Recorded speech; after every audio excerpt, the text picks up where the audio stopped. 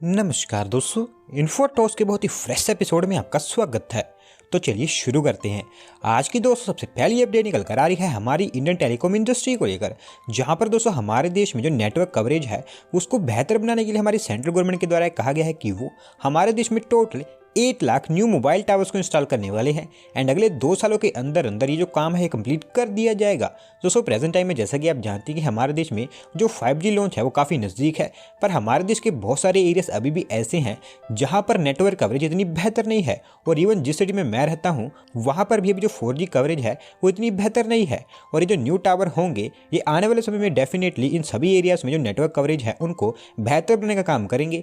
और ये जो 8 लाख न्यू टावर्स होंगे इसमें से ऑलमोस्ट 70 to 80% टावर ऐसे होंगे जो कि ऑप्टिकल फाइबर के थ्रू कनेक्टेड होंगे, जिससे होता ये है कि जो टावर्स होते हैं और देश में जो डेटा कैरिंग कैपेसिटी होती है वो इंक्रीज हो जाती है। तो देखते हैं कि कौन कौन से एरियाज में ये जो न्यू टावर्स हैं इनको इंस्टॉल किया जाता है।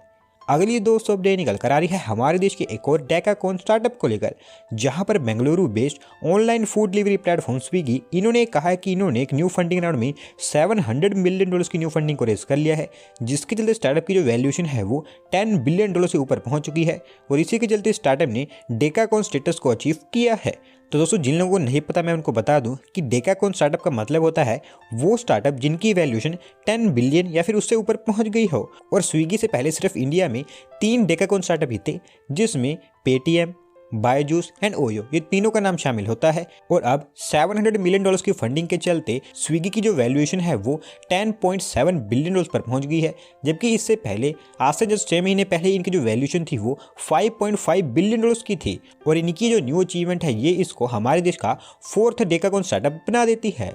बढ़ते हैं दोस्तों अगली अपडेट की तरफ, जो निकल कर आ रही है American multinational technology giant Google को लेकर, जहां पर इंडिया में उनका जो बिजनेस है उसके ग्रोथ को देखते हुए गूगल की तरफ से डिसाइड किया गया कि वो इंडिया में उनकी एक और न्यू फैसिलिटी को सेटअप करेंगे जो कि महाराष्ट्र पुणे में बनकर कंप्लीट होगी। तो दोस्तों गूगल का इंडिया में जो बिजनेस है वो काफ़ी रैपिडली एक्सपांड होता चला जा रहा है, क्योंकि जुलाई 2021 में ही इनके द्वारा दिल्ली एनसीआर रीजन में उनका क्लाउड रीजन लॉन्च किया गया था, जो कि काफ़ी तेज़ी से ग्रो हुआ।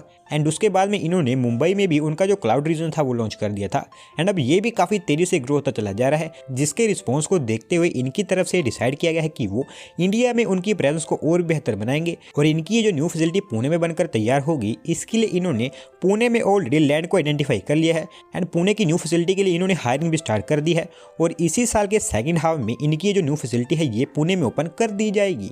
अगली दोस्तों अपडेट निकल कर आ रही है राजकोट गुजरात से, जहां पर राजकोट म्यूनिसिपल कॉर्पोरेशन के द्वारा उनके एरिया में एक रेलवे अंडरपास को 2 से 4 लेन में कन्वर्ट कर दिया गया है। एंड साथ साथ में गुजरात स्टेट के चीफ मिनिस्टर के द्वारा इसका इनॉग्रेशन भी कर दिया गया है।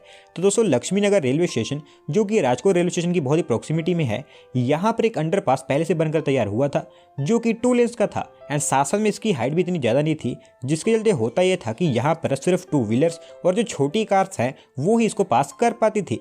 लेकिन इस अपग्रेडेशन प्रोजेक्ट के अंतर्गत राजकोट म्यूनिसिपल कॉर्पोरेशन के द्वारा इस 2 लेन्स वाले अंडरपास को 4 लेन्स में कन्वर्ट कर दिया गया है। एंड साथ साथ में इसकी जो हाइट है उसको भी 4.5 मीटर तक ले जाया गया है, जिसके चलते स्कूल बसेस एंड अदर जो कमर्शियल व्हीकल्स हैं वो इससे इजीली पास हो पाएंगे। एंड 42.38 करोड़ रुपये स्पेंड करते हुए इसको पब्लिक को भी डेडिकेट कर दिया गया है।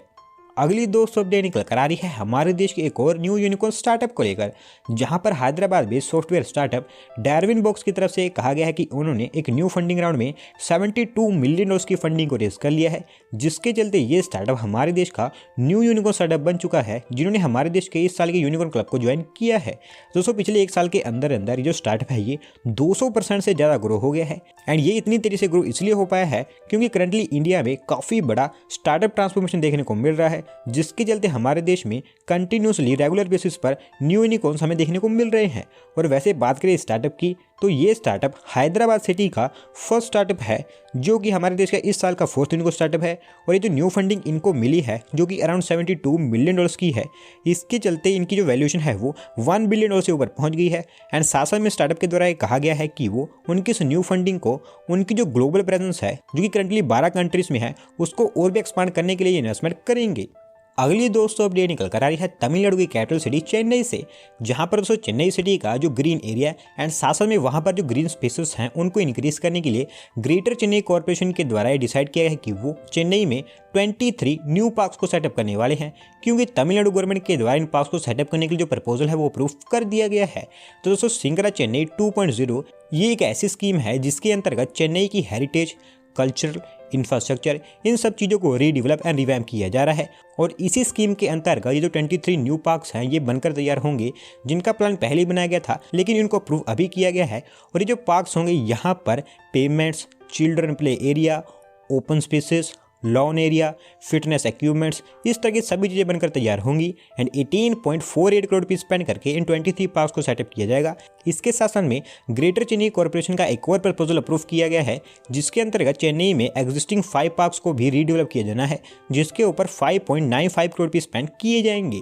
बढ़ते हैं दोस्तों अगली अपडेट की तरफ, जो निकल कर आई है गुड़गांव बेस्ड ट्रैवल एजेंसी यात्रा को लेकर, जहां पर हमारे देश के सदर्न पार्ट में उनके बिजनेस के ग्रोथ को देखते हुए यात्रा की तरफ से डिसाइड किया है कि वो हमारे देश के सदर्न एरिया में उनकी एक न्यू टेक्नोलॉजी इनोवेशन हब को सेटअप करेंगे, जो कि केरला के कोची में बनकर तैयार होगी। तो दोस्तों प्रेजेंट टाइम में यात्रा के पास हमारे देश में 2 डेवलपमेंट सेंटर्स हैं, जिसमें से एक गुरुग्राम में लोकेटेड है जहाँ पर वो बेस्ड है एंड दूसरा बेंगलोर में लोकेटेड है। लेकिन जैसा कि आप जानते हैं कि कोविड पैंडेमिक के चलते हमारे देश का जो टूरिज्म एंड ट्रैवलिंग सेक्टर था वो काफ़ी बैडली हिट हुआ था। इसके चलते इनका जो बिजनेस की ग्रोथ थी वो थोड़ी सी थम गई थी। लेकिन अब कोविड के बाद जो सभी के सभी सेक्टर्स हैं ये दोबारा से ग्रो होने स्टार्ट हो गए हैं, जिसको देखते हुए इस कंपनी का जो ग्रोथ है वो भी तेज हो गया है एंड इसी कारण इनके द्वारा ये जो न्यू टेक्नोलॉजी इनोवेशन हब है इसको सेटअप किया जाएगा, जो कि जल्दी ही बनकर तैयार होगी। एंड इसके साथ साथ में इनके द्वारा कोची के इन्फो पार्क में इनका एक ऑफिस भी सेटअप किया जा रहा है, जो कि ऑलमोस्ट रेडी हो चुका है। अगली दोस्तों अपडेट निकल कर आ रही है इंडियन टेलीकम्युनिकेशन एंड रिलायंस जियो को लेकर, जिन्होंने गवर्नमेंट ओन भारत संचार निगम लिमिटेड को सरपास करते हुए ये हमारे देश का सबसे बड़ा fix line broadband network provider बन गया है, क्योंकि जियो का जो टोटल सब्सक्राइबर बेस है वो इस सेगमेंट में as of now 4.34 million users पर स्टैंड करता है। सो बेसिकली दोस्तों भले ही BSNL का नेटवर्क बेकार हो, लेकिन फिक्स लाइन ब्रॉडबैंड सेगमेंट में BSNL हमारे देश की मेन लीडिंग कंपनी थी, जो कि पिछले 20 सालों से जब से इसको फॉर्म किया गया था तब से इस सेक्टर में लीड कर रही है। लेकिन आज के समय में जैसा कि आप जानती हैं कि हर सेक्टर की तरह हमारी जो गवर्नमेंट ओन कंपनीज हैं वो अपनी ग्रेप को लूज करती चली जा रही हैं, वैसे ही जो BSNL है वो भी डाउन होती जा रही है।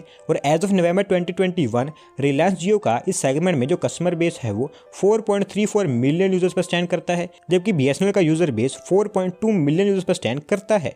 जबकि इससे एक मंथ पहले अक्टूबर में इनका जो टोटल कस्टमर बेस था वो 4.72 मिलियन यूजर्स का था। तो यहाँ से आप देख सकते हैं कि जो BSNL का यूजर बेस है वो कैसे डाउन होता जा रहा है। इसके साथ साथ 4.08 मिलियन यूजर्स के साथ में भारतीय एयरटेल इस लिस्ट में 3rd नंबर पर स्टैंड करता है। लेकिन दोस्तों उम्मीद करते हैं कि आने वाले समय में जो BSNL है वो रिवाइव होगी, क्योंकि अगर इस सेक्टर में कोई भी गवर्नमेंट और कंपनी नहीं होगी तो जो प्राइवेट कंपनीज हैं इनकी मोनोपोली हो सकती है, जो कि किसी भी देश के लिए एक अच्छी थिंग नहीं है।